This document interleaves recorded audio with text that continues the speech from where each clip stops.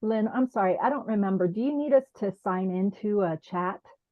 Oh yeah, that'd be Okay. great. I forgot. That's Just okay. no, I did that's too. you know what, that's a good thing for me to do while we're waiting to have a quorum. I'm in the Shields Carter room to ensure our I don't know what the word is, compliance with the Open Meetings Act as revised under the disaster proclamation. And no one else is here with me, but the doors are unlocked and open. So if anyone comes to give public input or agency input, I will be able to let them in.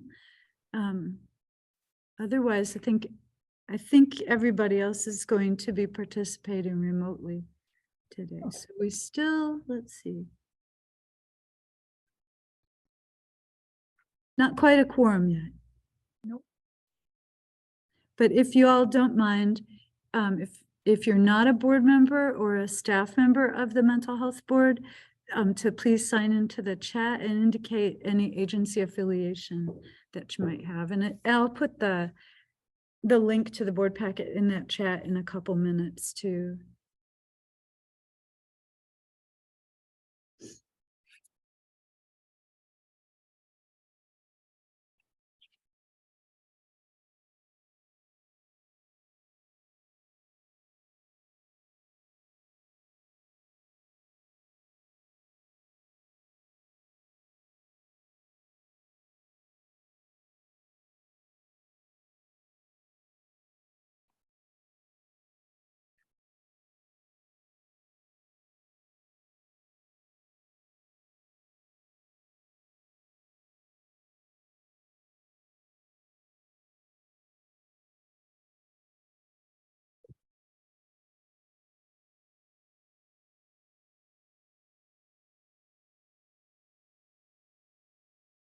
We're getting closer.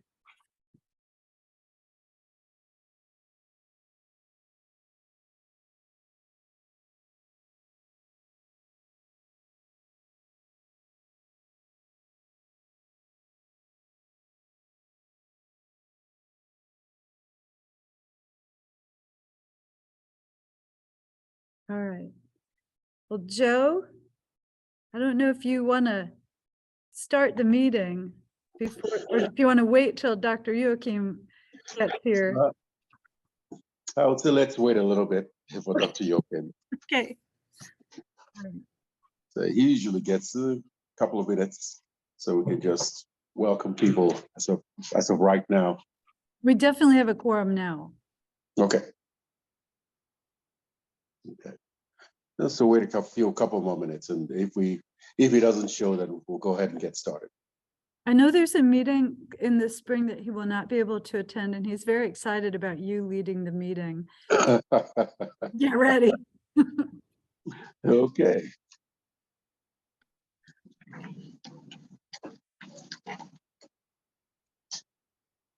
Here he is. Okay. All right.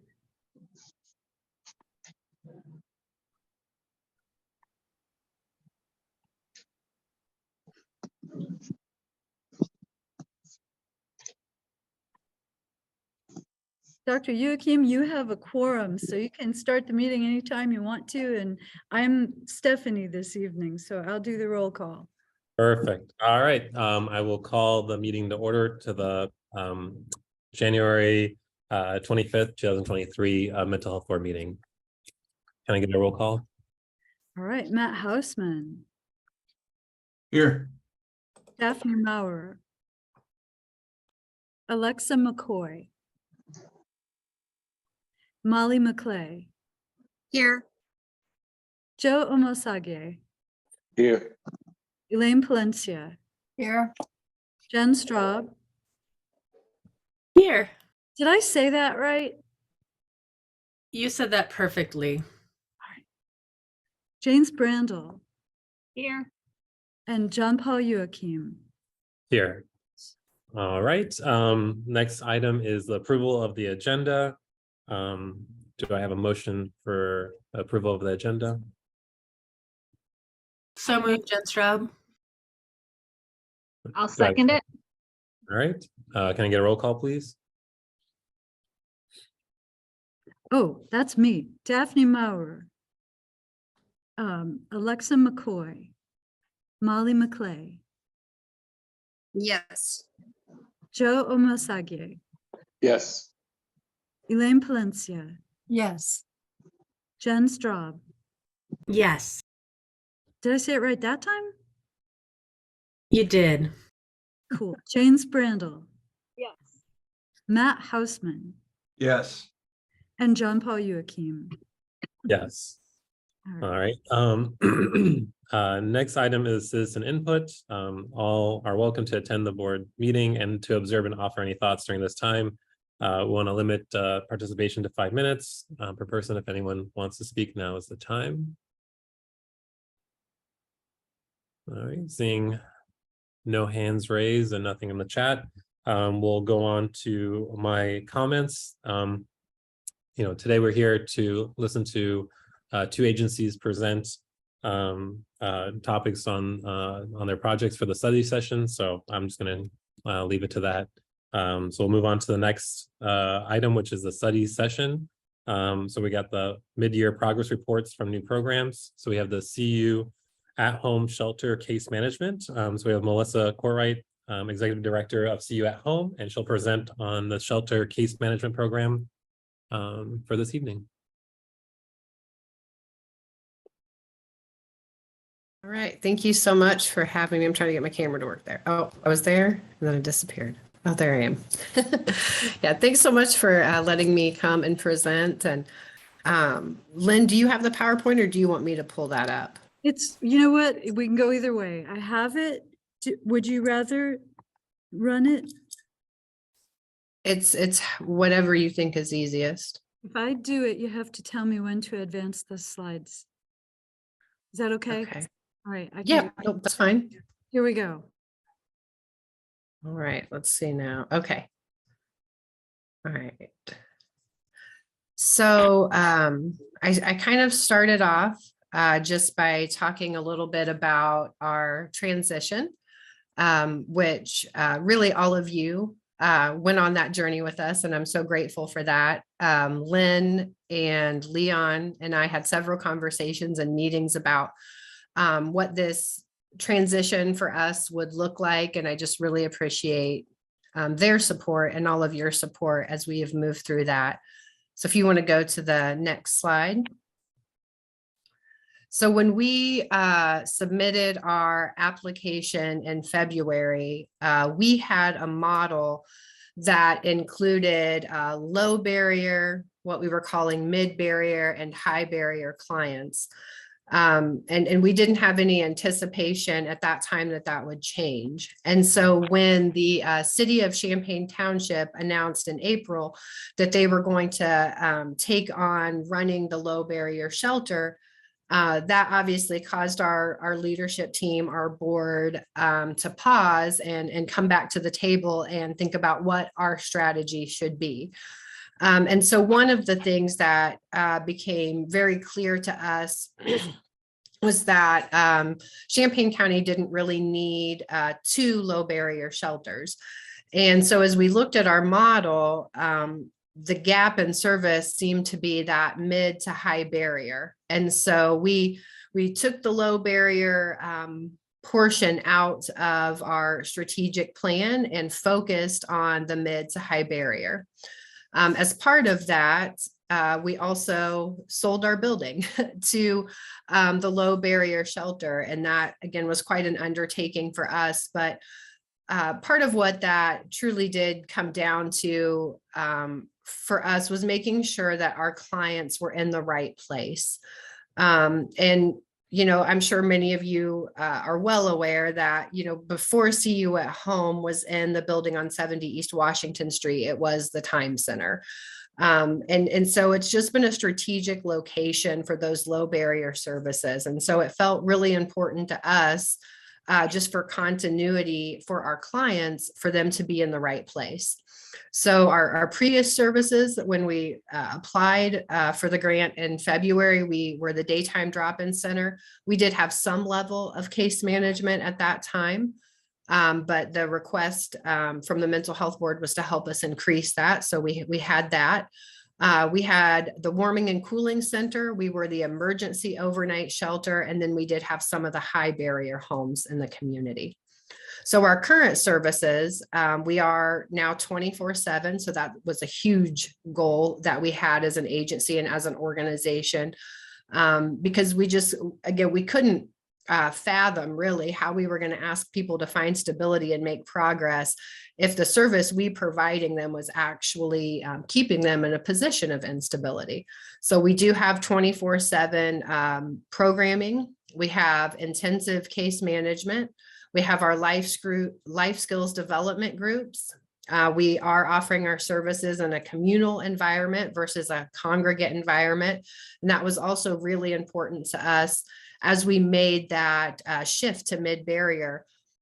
We did a lot of looking at best practices, a lot of, just research, so to speak, on what types of environments actually help promote people moving forward towards stability.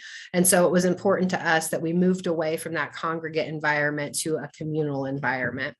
And then it was also really important to us that we have trauma-informed design incorporated into our living spaces and also trauma-informed services.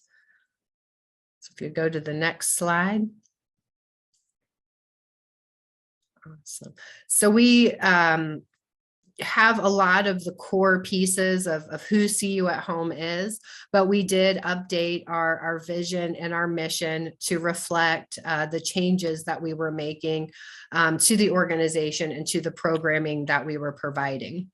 Obviously, even overnight shelter is really, really important, but we wanted our mission to reflect that we were providing, again, a safe environment, providing a place where people can actually make progress toward stability. And so we updated our mission to reflect that. You can go to the next one. All right, so I just put definitions as part of this because I do recognize that sometimes, we're kind of always tossing around the term low barrier, mid barrier, high barrier, and sometimes it can feel like what does that exactly mean? And so for us, again, just our focus point of mid barrier. So we want to acknowledge that people that are in mid barrier really are just a step outside of low barrier. They're not necessarily clients that have all of the answers, but they're asking the questions. How do I take a step forward? I'm recognizing, for example, that sobriety is an issue in my ability to move forward or maintain stability. I don't know what to do about that, but I'm ready to address that. So we have the case management team that works with people that are ready to take next steps to figure out what are the resources that you need, what are the steps that you need to take. And again, it's all client driven. So all the case plans that we make are the client's goals, and it's us coming alongside them to help them reach those goals. So we have 30, 60, 90-day goals that we would like for each client to meet. But the case plans are developed on a case-by-case client basis so that, again, we can take into account their goals, their resources, their skill sets as they come in to the program. And then high barrier, because we do have some advanced shelters also in the community. Again, they're a step beyond mid barrier. So they've accessed some resources. They've developed some skills. They're ready to take a step even beyond what it means to be in the mid barrier program. So that's kind of the two definitions for that there.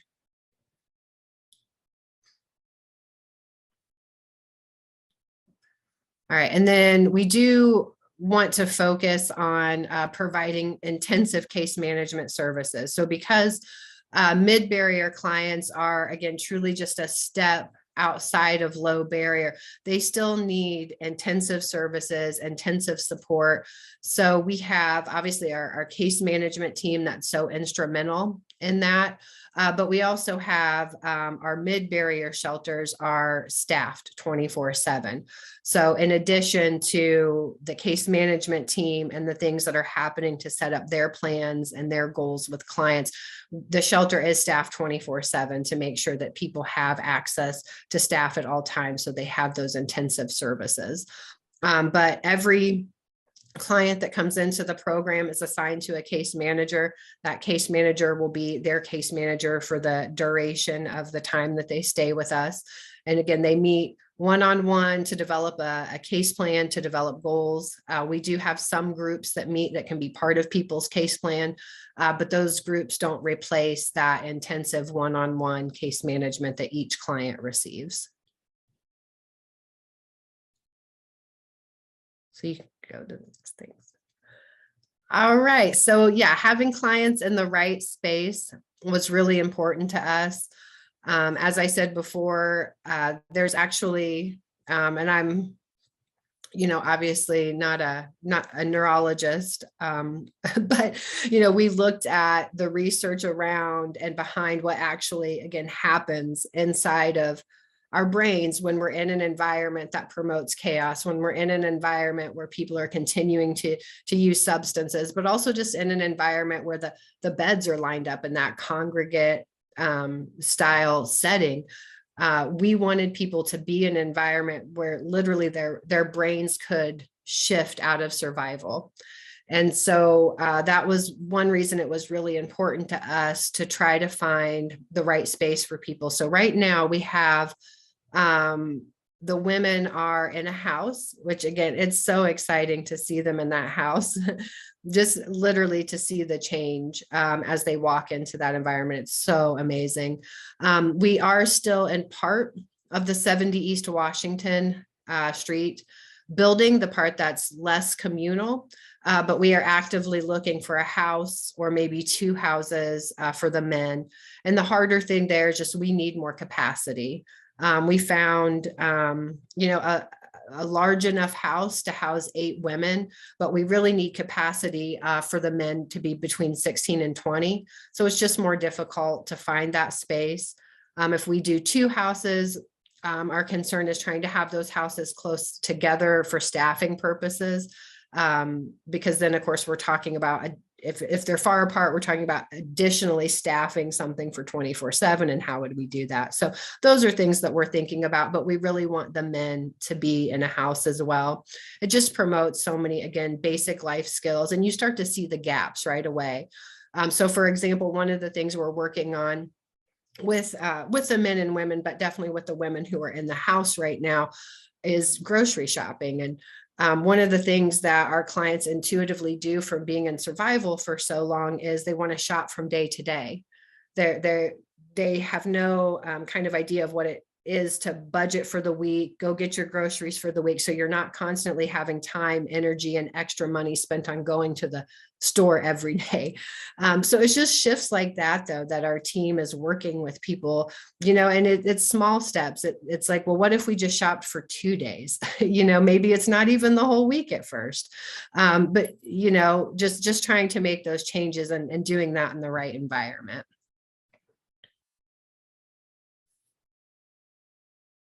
All right, so I've talked about this, the importance of trauma-informed services.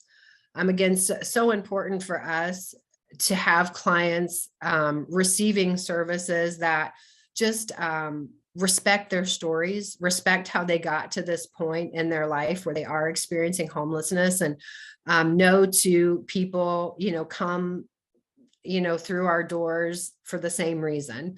And so we want to take the time to hear people's stories, respect people's stories, as much as we absolutely can. We want to give them choice.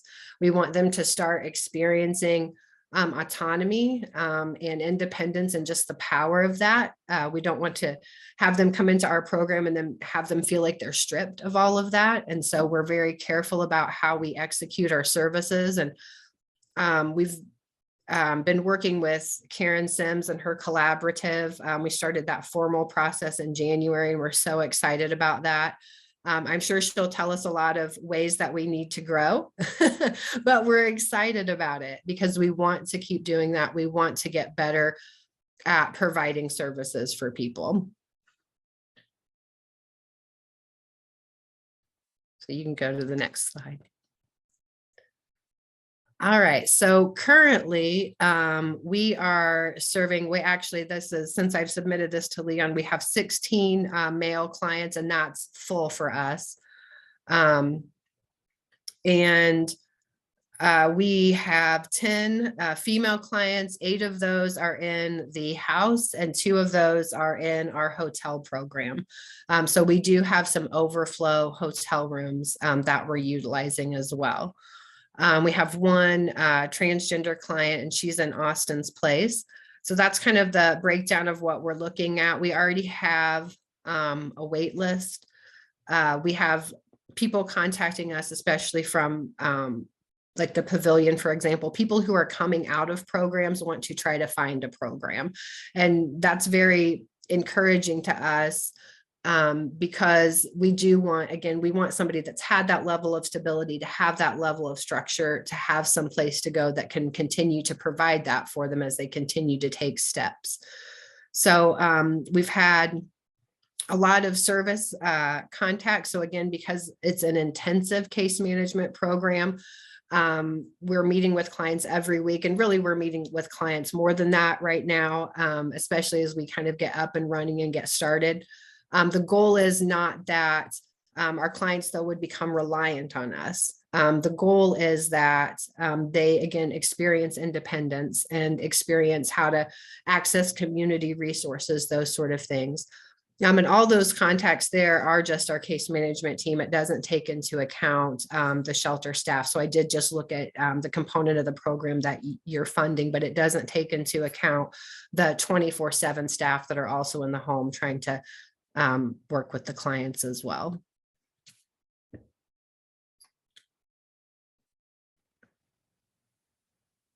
So, and this is just an update on our high barrier houses. So we do have 5 houses. We have 6 male clients. We actually only have 2 female clients now.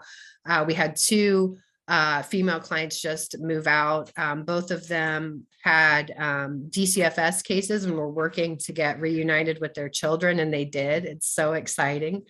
They've went through the program and are living on their own and have their kids back. So we have 2 female clients now, and so we have an opening of 2 beds in the high barrier homes.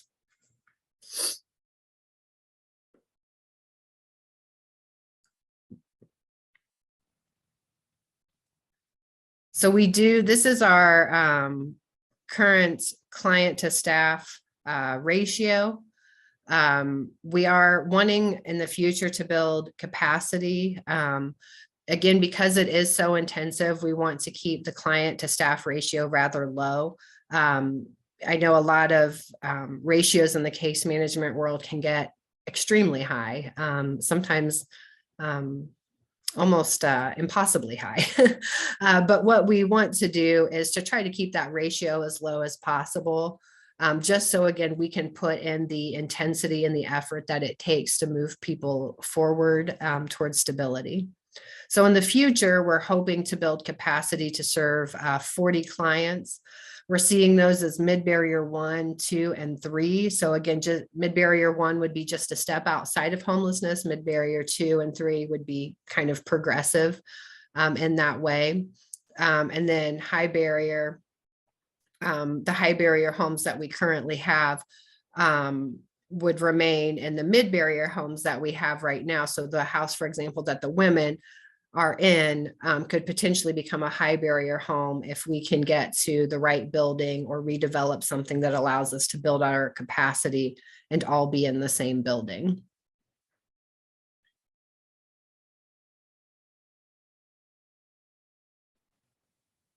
All right. Any questions?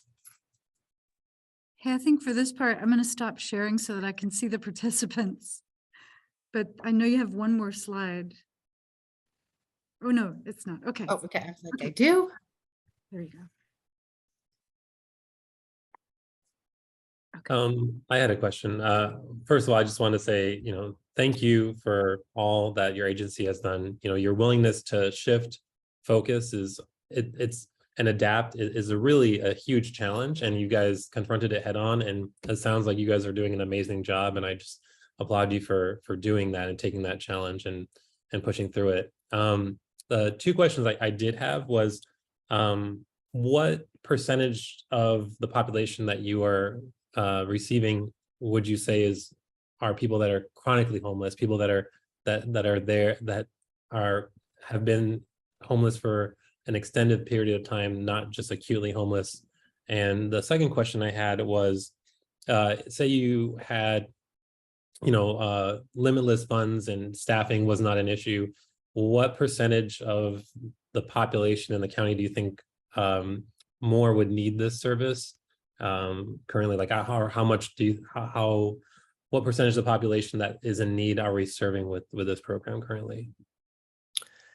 Yeah, those are both really great questions. I think that the percentage of people that we're serving that are chronically homeless right now is probably 80 to 100%. A lot of the people that we have in the shelter right now move from the low barrier into our shelter. They were clients that we were already serving in some capacity.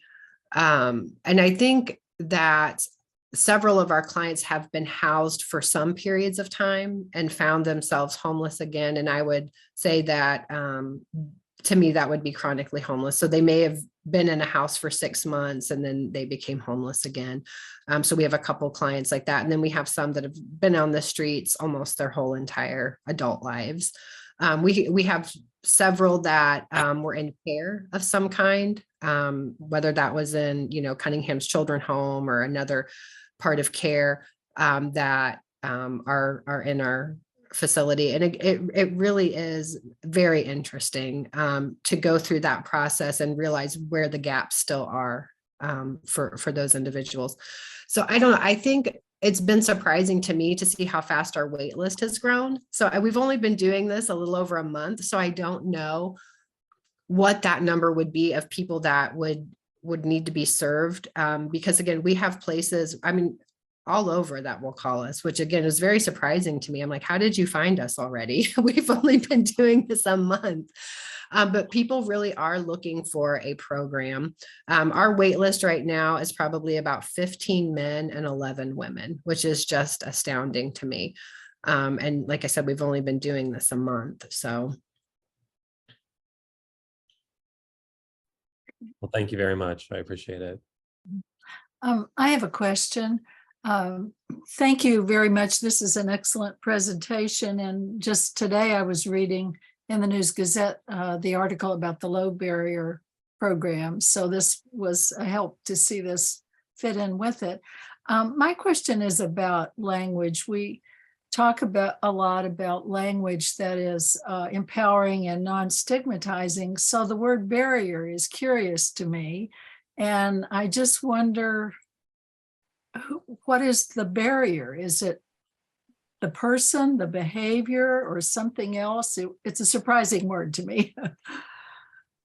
Yeah, I agree. It is very interesting. And so low barrier, I think, was the term that was used to describe the shelter where the organization is not putting up any barriers to that person coming in. So you can come into low barrier regardless of your sobriety, your mental health, whatever that looks like. If you're actively using, there's no barriers for you. You don't have to agree to complete any kind of documentation. You don't have to show ID. So it's the organization that's saying, we don't have a lot of barriers for you to come in. And so mid-barrier is there are some requirements for you to come in. You may not be completely sober, but if sobriety is an issue that's affecting your stability, you have to agree to address it. And so it's really, what are the barriers that we as an organization are putting in front of that client to get services? But I think probably to your point, though, we can kind of toss that around, right, in the social service circles, but I don't know how helpful it is for clients. Yeah, it's really about, a barrier is a hurdle and it's a negative. And so I understand what they mean and the levels mean, but I was just trying to think, is even level less stigmatizing than barrier, but I was just curious about it. So there it is. No, I think that's great. Yeah. And I think a lot of times when we talk with clients, we don't say, well, we're mid-barrier. We say, well, we're a shelter program and these are some things that but I definitely think it is a fair point. Okay, thank you.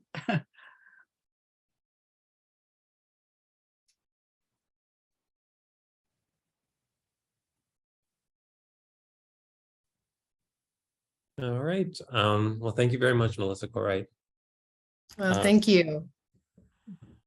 So next on the agenda is the Champaign County Healthcare Consumers Disability Application Services. Claudia Lenhoff will be presenting. She's the executive director of Champaign County Healthcare Consumers, and she'll present the Disability Application Services Program that we funded. Thank you. And Lynn, if you don't mind running the slides. And I'm going to have to leave the room to go lock the doors, and then I need to sometimes take it off so I can see participants because people come in the middle. So I can do it, but I might stop it a couple times. You ready? yes, that's okay with me.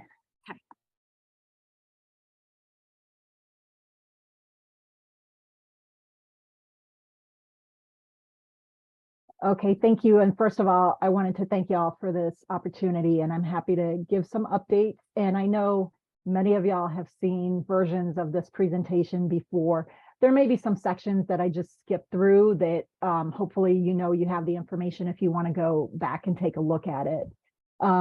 So our Disability Application Services Program, can we go to the next one, please? So what I want to cover is a brief explanation of what disability is as a benefit, then talk about the need for disability application services, our particular program, and then some program updates. Next, please.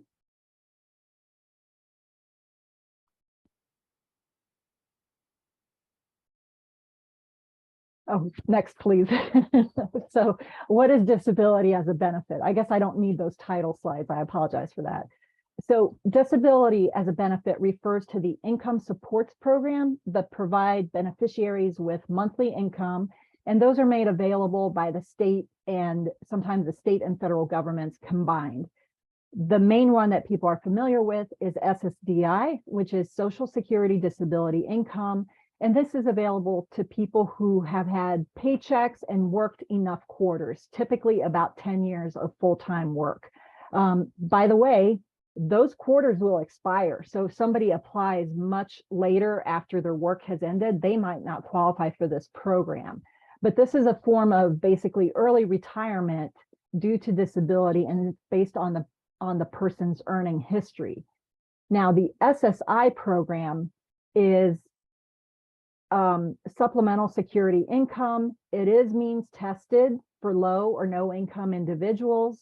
And I am sorry, I failed to update this, but the benefit amount in 2023 is $914. So not very much to live on at all. Okay, next, please.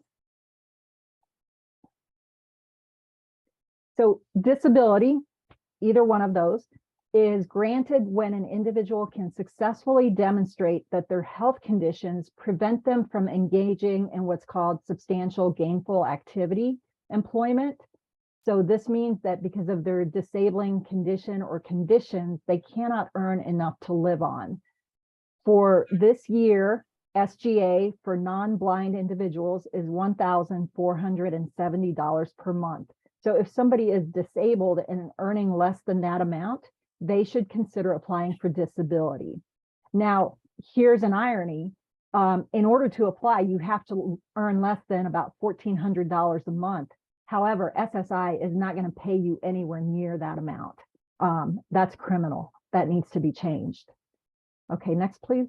That was my editorial comment. So when somebody qualifies for disability, whether SSDI or SSI, and sometimes people can qualify for both, depending on what their SSDI income is, they also become eligible for many more benefits and resources on the basis of having been officially deemed disabled. This is really important. So once you get that official designation as a disabled individual, you can benefit from many more programs. These can include subsidized housing, LIHEAP, free phones, free or reduced cost transportation, tax breaks, etc. So therefore, qualifying for disability can lead to even more benefits and, importantly, to a more affordable living. SSDI beneficiaries can start receiving Medicare coverage after 24 months since they have started receiving SSDI. Okay, next, please. Okay, the need for these services, you can go on. Thank you. Okay, so many of y'all, I know, you know that applying for disability is notoriously difficult. It is time consuming, it is tedious, and attention to detail and ability to respond in a timely manner is crucial. The people who are most in need of disability benefits are often the people who are least able to navigate the complex and tedious application system. And one of the things that's really important is that consistent and ongoing medical documentation is essential. Technology capacity is very helpful. Also, the other thing to know is the disability application process does not really tell you what you need to do. There are many questions that are asked that many people feel don't apply to them, or they are asked in such a way that people only provide a very narrow answer and are not able to fully explain how their conditions impact their ability to function in daily life. And there's not always a place to do that. So you sort of have to know or be guided in knowing that you should go ahead and do that. Okay, next, please. Applying for disability can take months or even years, especially in Illinois. And I actually shared some links to articles this evening with Leon that he will make sure that y'all get. But one of the in order to keep this, because it's an open meeting, I'm going to put those links into the chat now. That would be great. Thank That way you. everyone can get them. I really appreciate that. Thank you. One of the articles in there is a recent article that talks about how long it takes and why, and it also shows the changes in the length of time that it is taking based on the state you live in, and Illinois is not doing well in that regard. So hopefully people can check that out when they get a chance.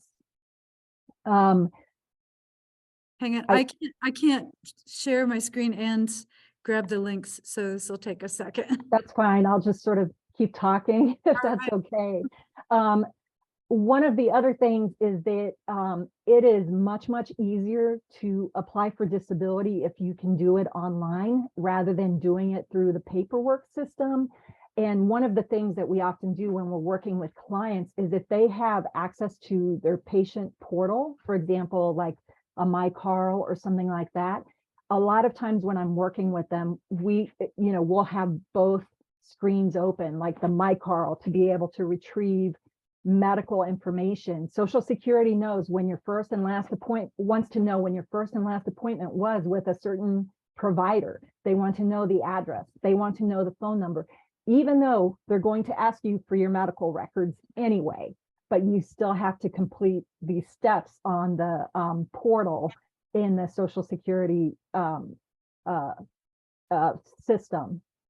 Okay, so some basic aspects about this and why people need help applying for disability. In Illinois, the initial application denial rate is over 70%. This is tragic. It is tragic. Then, as you go through the appeals process, the further you go into the appeals process, the more likely you are to be approved. That's partially because people drop off, and so the numbers change. But it's also because sometimes different people start looking at your information and say, yes, you are in fact disabled, whereas the medical evaluation unit in the state of Illinois didn't think that you were. But this can take a very long time. And while this is going on, people are often struggling to survive and experiencing material deprivation. Okay. I think Lynn had to go somewhere. So one of the things that is really important to understand is having a disabling condition is not enough to get approved. Even if you have a disabling condition, even if you meet the income requirements, that is not enough. Just having a condition that is well medically documented is not enough. You have to be able to demonstrate how that condition translates into the impact on your daily life that limits your ability to do functions of daily living, and that also limits your ability to work and to earn enough money. And one of the things in one of the articles that Lynn posted to the chat is that the work, the jobs that they look at, that somebody looks at and says, oh, you could do this job, it hasn't been updated in like decades. So there's a horrifying story in that article that you can read about. So the need for disability application services, people need help knowing about and applying for disability. It's also important to understand that attorneys do not help with initial applications. However, they can assist with appeals, and then they will be paid out of the client's lump sum payment once and if the client is approved. Also, there are fewer and fewer attorneys in our community who are working on disability cases. It's very hard to find an attorney anymore. One of the things that I wanted to mention is that Healthcare Consumers is one of the only organizations in Champaign County to provide disability application assistance to community members.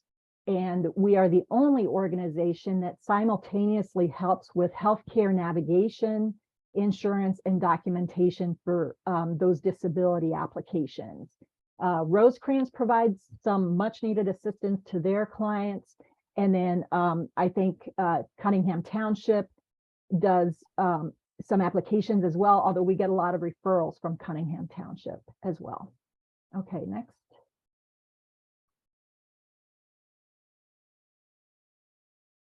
Research also shows that people who have advocates helping them with their applications are far more likely to be approved for benefits. Also, relevant to the previous discussion, people who are homeless are more likely to have qualifying disabling conditions, including TBIs, which also makes the application process even harder and more challenging. And the same is true for people who have been incarcerated. Those experiences of living on the streets or in congregate settings of some sort basically result in people developing worse health conditions and more disabling conditions. Okay, next page.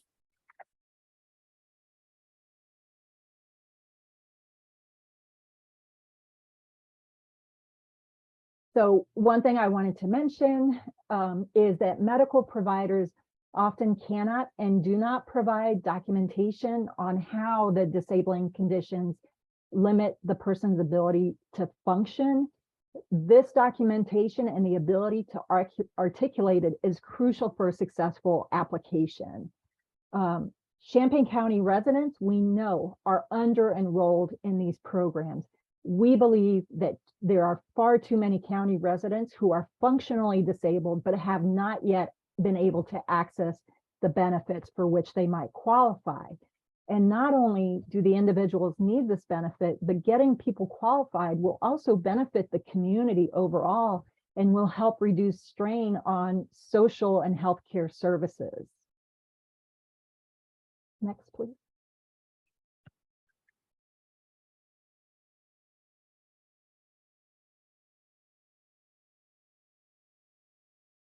Okay, so our program is relatively new, thanks to funding made possible by your board, which we are so grateful for. You all were the first ones to have invested in our work in this arena, and we are seeking other grant opportunities that I can talk about later if you're interested in. We are focused on serving individuals with the funding that you provide. We are focused on serving individuals with behavioral health issues and/or homeless individuals as well. Our program is, of course, free of charge. It is also conflict-free.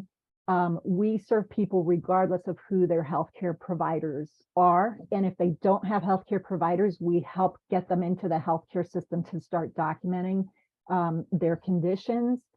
And we are the only organization that in the county that makes these services available to county residents at large. We are not geographically constrained to a certain city or village, and we are not a healthcare provider that can only provide these services to our patients.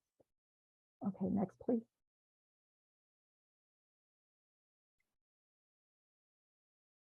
So we are also in an ideal position to provide these services because we can also help link clients to healthcare access and other resources that they will need, and that you all help fund us to do as well, including purchasing prescriptions, helping with health insurance, doing SNAP or food stamp applications, and so on. Most of our staff are bilingual. We do have staff trained in the SOAR program, although that's not working so well right now with the Social Security Administration, so we tend to do more applications the more traditional way. And we have years of experience helping apply people. Okay, next, please.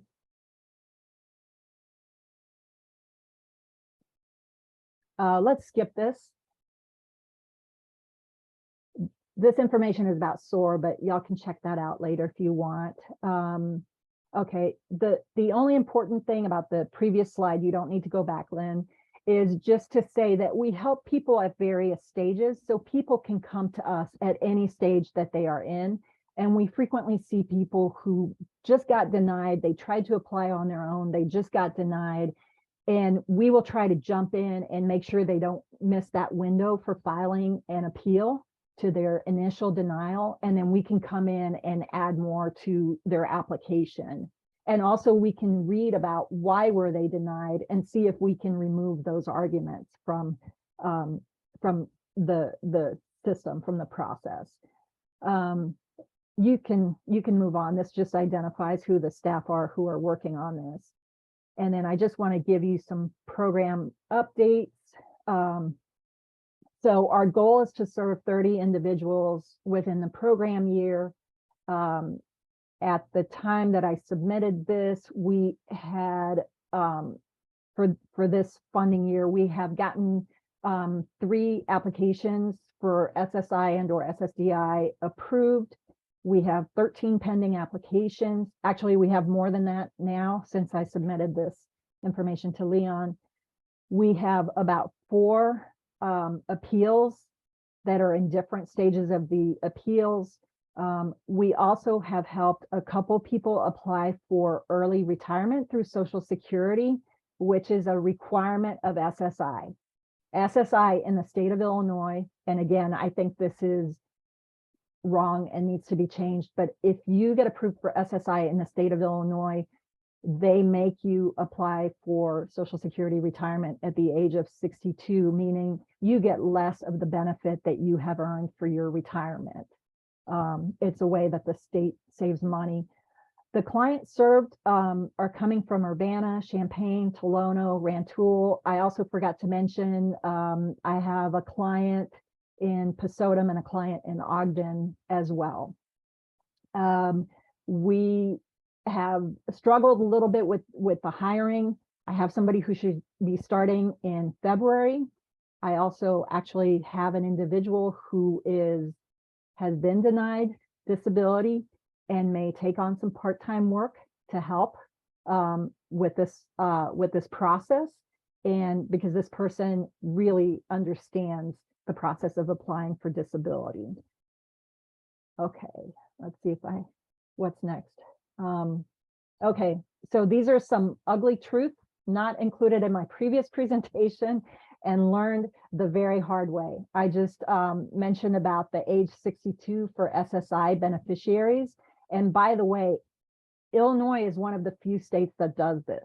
This is not a requirement under the federal law. This is a state decision, and it's really gross and unfair. And it was actually something I was starting to work with Senator Bennett on to see about getting it changed before his tragic and untimely death. And I've already spoken to Paul Faraci and said, I'm going to be talking to you about this. We need to make this change. So not only do you lose out on your earned retirement benefits, which are then reduced for the rest of your life, but your SSI is also reduced by the amount you receive in Social Security benefits, so that they sort of level you out at about $914 a month. It's really unfair and devastating to people. Okay, next. But wait, it gets worse. Go ahead. What I'm saying is it does get worse. So SSI cannot be garnished. However, your Social Security retirement income can be garnished for things like past child support or for things like student loans. And here is the really ugly part. If you have any deductions being taken out of your Social Security retirement income, SSI is blind to those deductions, and they assume you are getting your full age 62 retirement income, and SSI will not increase to fill in that gap. So I have literally had clients who were in this situation. They got SSI, they went ahead and did their early retirement Social Security, and then all of a sudden child support or student loans catches up to them. And then rather than an income of $800 or $900 a month, they are now getting like $400 a month because their Social Security retirement is being deducted by over 50%. And then the work that it takes to get a child support modification based on income can take months. It is really grueling. And then the other thing is, once you start getting SSI, you cannot apply for township. So this has happened to clients of like Cunningham Township. And so it's really, really devastating. And talk about devastating in terms of mental health. It's just, to me, unspeakable cruelty. Okay, next. That is an example. I just sort of described it, but we can move past it. So some of the work that we do as we learn through this process, and each case is different. Each case is as unique as the individual and the conditions affecting them and the circumstances of their lives. But one of the things that we try to do is use our experiences to work for systemic change. And so we are trying to make some of these changes to the SSI rules and so on. And we can go on to the next one. This is sort of where I wanted to end. I wanted to mention one more thing before questions. There is a young client who I am working with, and we're working over email. She is actually doing her application. She asks me questions. I answer them. I go in and look at her application and, see if anything needs to be changed. She is one of my easiest clients to work with because she has this capability. And in the process of our email dialogue back and forth, her questions are so insightful, and I'm providing responses that I actually started talking to her and asking her if she would be okay if I help construct a guide based on our dialogue and use that guide to help train staff and or also help share information with other folks who are needing to apply. So I'm very excited about that. Actually, this is the first time I've had that kind of experience working with somebody. Okay, sorry, that was a lot. Well, thank you very much, Claudia Lenhoff. I will open up the forum to anyone who would like to ask questions to either Claudia Lenhoff or Melissa Courtwright. If there's any board members that would like to ask questions or make comments.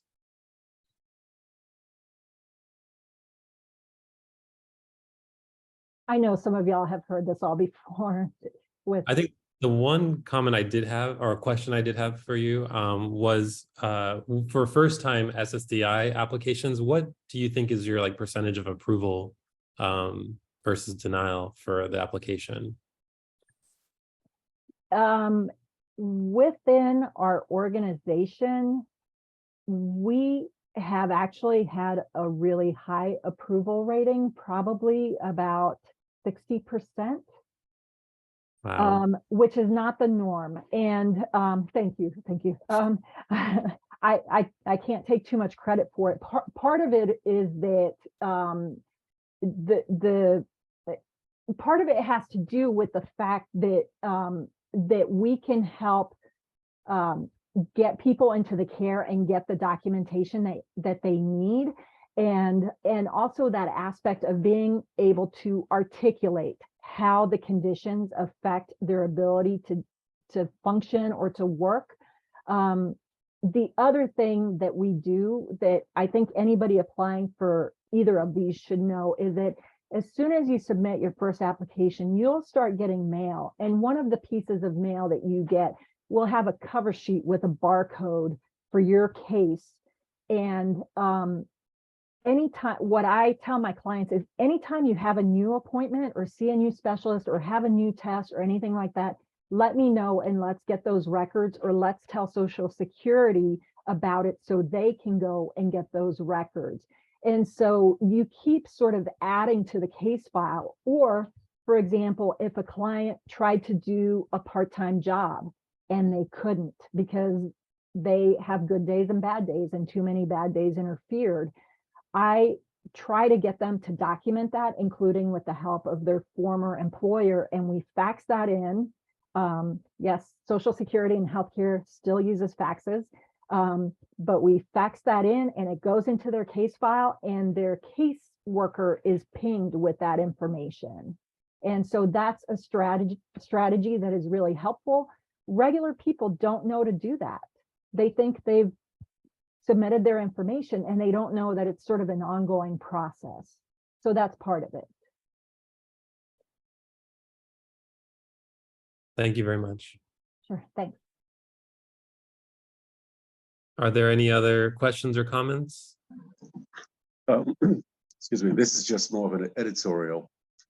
And just a question of why do we do it this way and why do we make it so difficult to live? We're the richest country in the world. Why do we do it this way? I'm glad that you're there, Claudia. I'm glad that See You at Home is there, but it befuddles me. And it saddens me that we cannot seem to get this right. But we're working on it.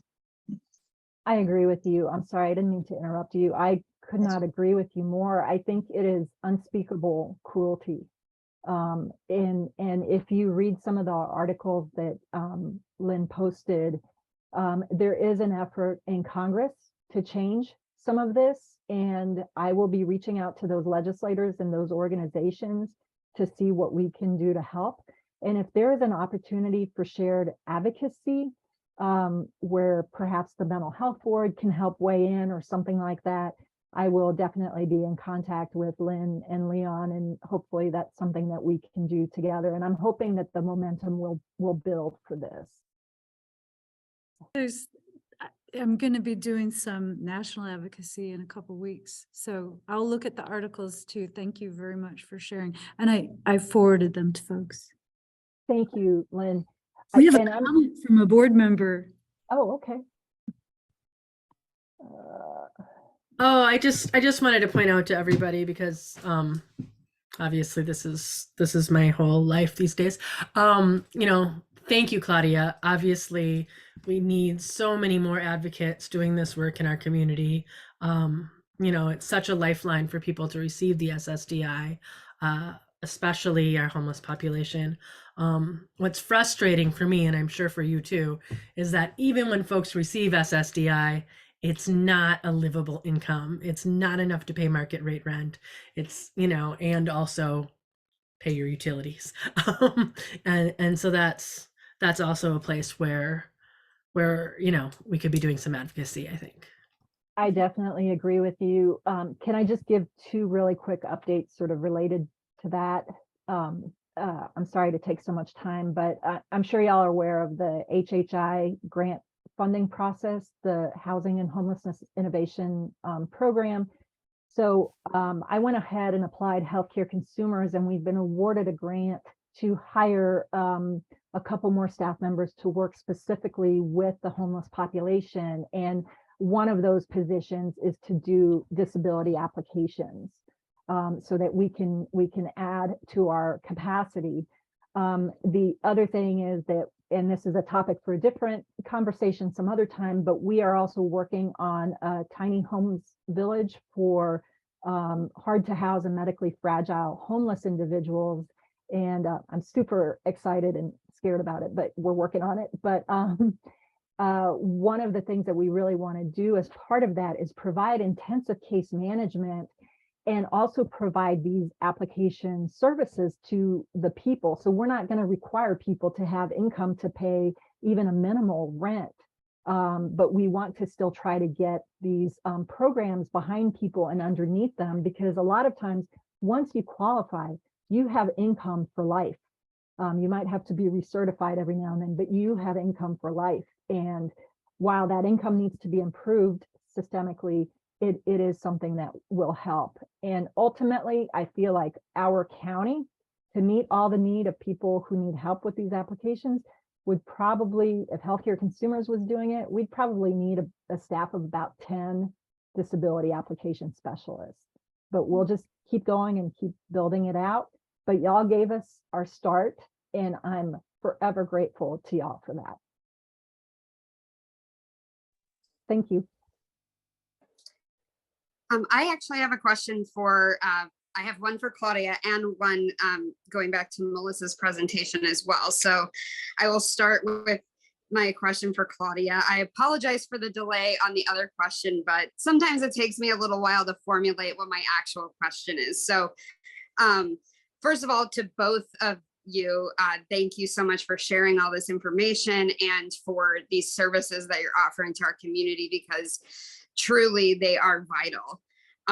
Claudia, one of my questions, or my question is, one of the things that was mentioned was in the PowerPoint was that medical providers often either cannot or do not provide documentation on how the disabling condition limits the person's ability to function.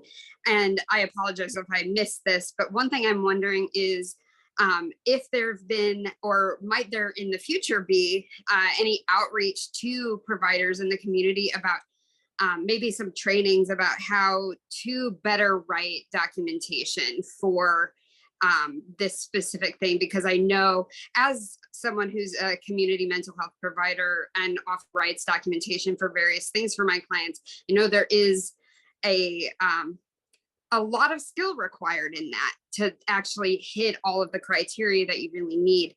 So that's one thing I was wondering is sort of what possibilities might there be for reaching out to providers in the community to help them more efficiently and thoroughly do this documentation? I think that's an excellent question, and there are probably people on your board who could help answer that question. But I think it's really tough because in the day-to-day of a provider, there's not always space for that, and they may not know what kind of information needs to be provided. So I often work with my clients and suggest that when you go to your next appointment, can you ask them to, let's say it's an issue with back pain and they are limited on, I mean, this, I'm mostly focusing on mental health issues, for example, but let's say, just to keep it simple, that it's a matter of back pain and they cannot lift more than 5 to 10 pounds. But that was documented 2 years ago.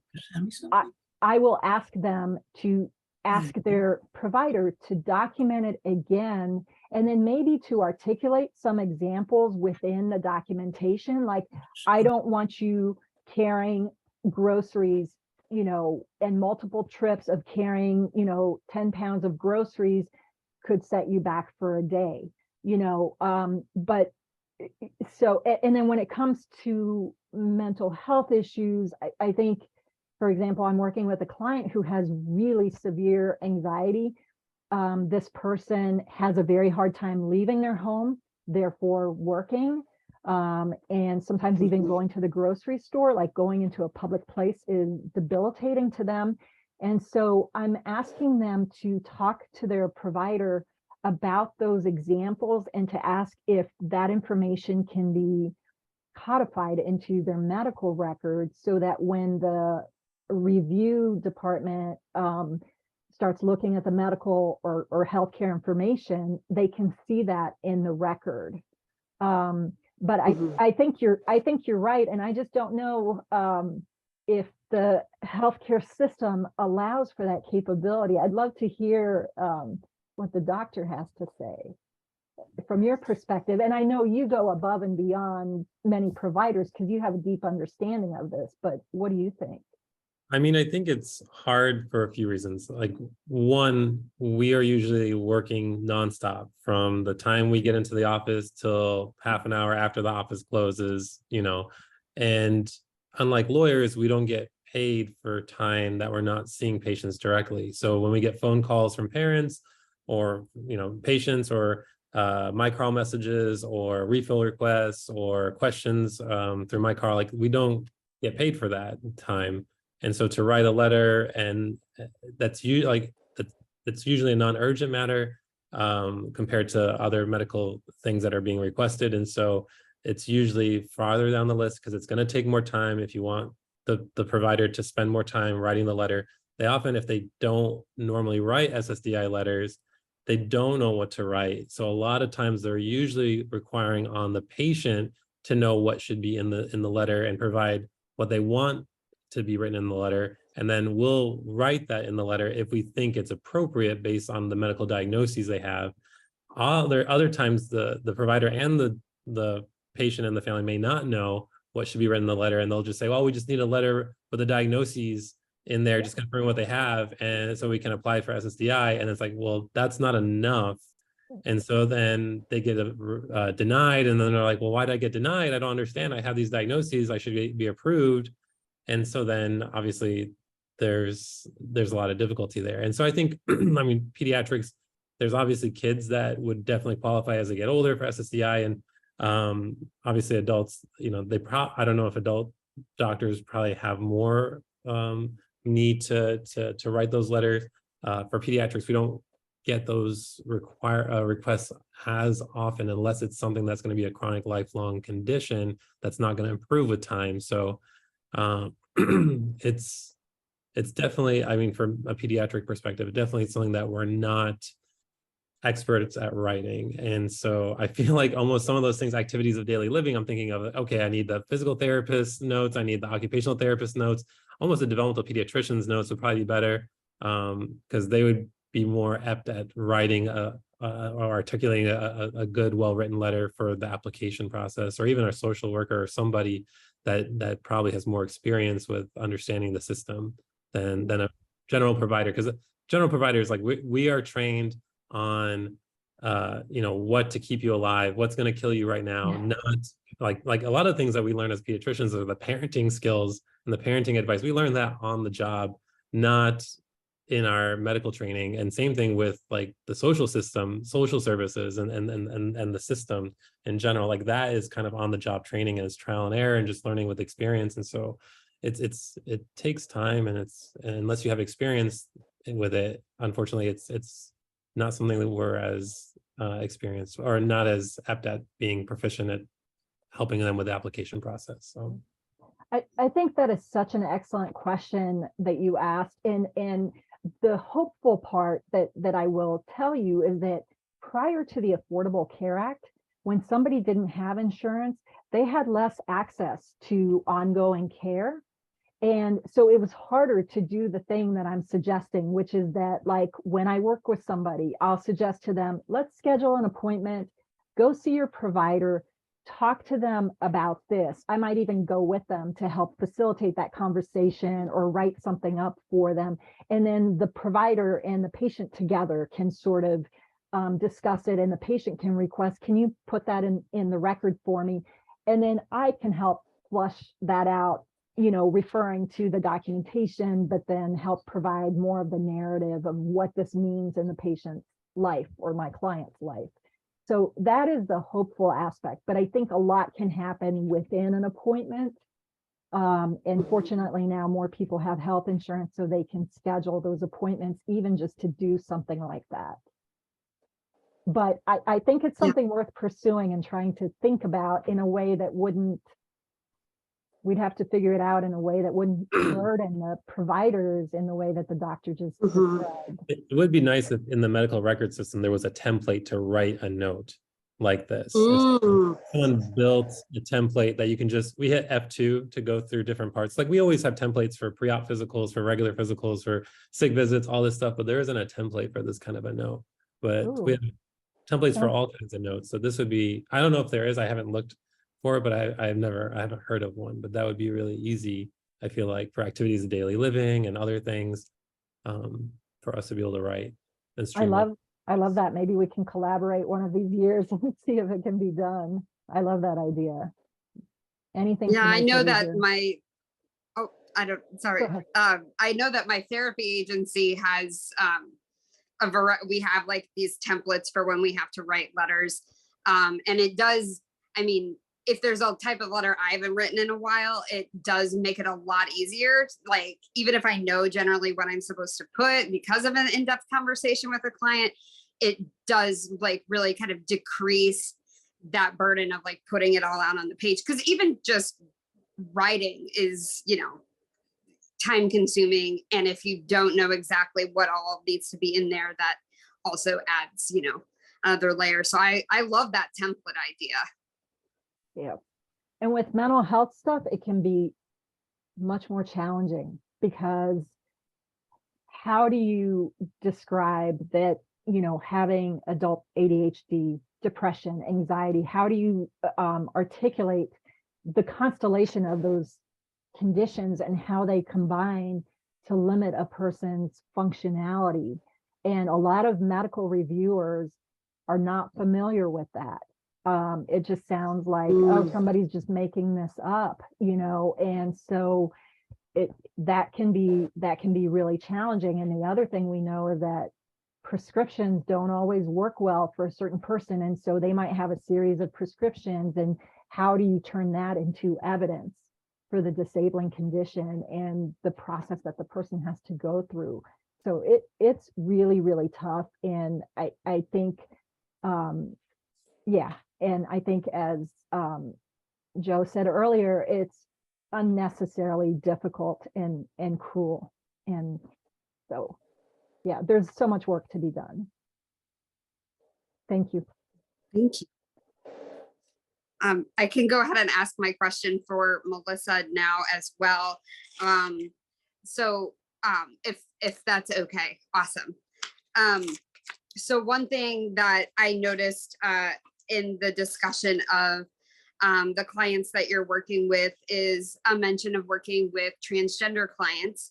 And one thing I was wondering is sort of if there's any particular outreach that is being done to the LGBTQ community at large, because I know that in some shelters historically, transgender people have been more excluded from some of these services, and also are at a higher risk for needing these services, especially in terms of LGBTQ youth who might be put out of their home by their families. So I was wondering sort of if there are any particular outreach steps that have been made to sort of make it known to the LGBTQ community, and especially to transgender and non-binary individuals, that they are welcome to use these services. Yeah, thank you for that question. I think unfortunately you're right in the sense of that specific community being very marginalized. So some things that we have done to kind of make our services just more inclusive and expansive. We've worked with, Nathan Alexander. We've worked with the Up Center. We actually participated in a study that the U of I was doing specifically around homeless services and the LGBTQ community. So those have been really helpful for us. I think that I don't know if we've done specific outreach to those communities, but what we've tried to do again is just have an environment and an atmosphere that is inclusive.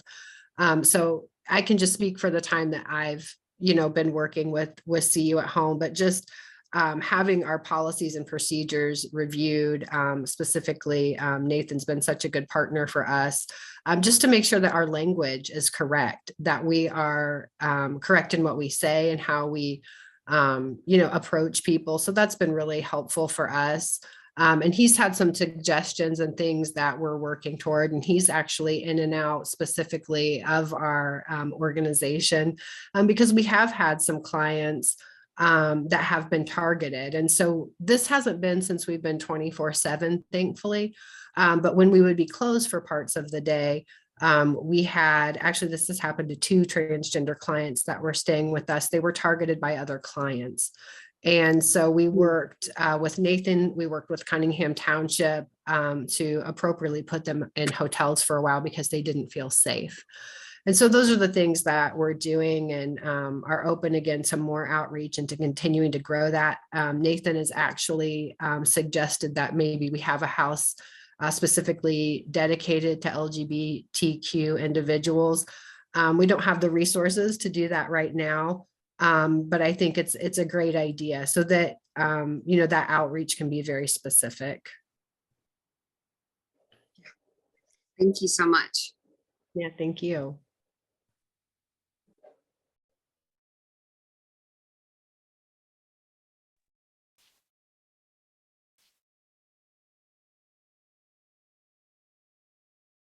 All right. Are there any other questions or comments? All right. Seeing none, I see Claudia had to leave, but thank you, Melissa Cartwright, for the presentation and everything that you and the agency do. Thank you very much.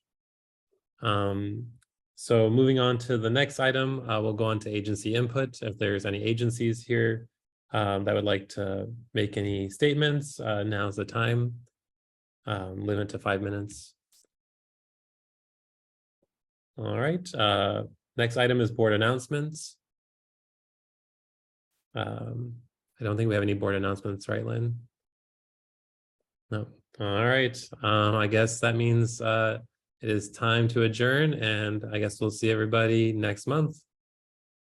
All right, have a wonderful evening.